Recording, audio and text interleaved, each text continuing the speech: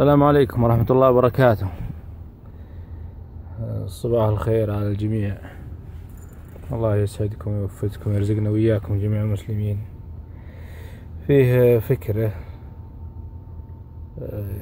يمكنها موجودة عند بعض الشباب، اللي هي طبعا كثير منا يعاني من قضية الوقوف وصلح الشاهي وقهوه وصلح العشاء والغداء، وقضية المطاعم وإزعاج المطاعم، الطرق وسخة أكرمكم الله، وعمال ويلا من هالقبيل.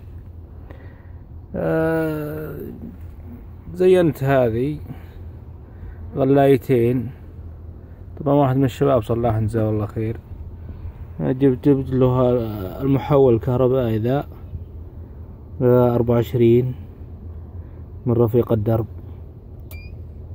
الصراحة يحول من البطارية الكهرب، وغلايتين، واحدة شاهي واحدة قهوة، وهذا كاتم اطبخ وانفخ واشتغل وانت امشي، حط اغراضك وامشي، الحامة مقلقل دجاج، مقلقل اي شيء، فول، اي شيء، وانت امشي بس تاقف وتاكل.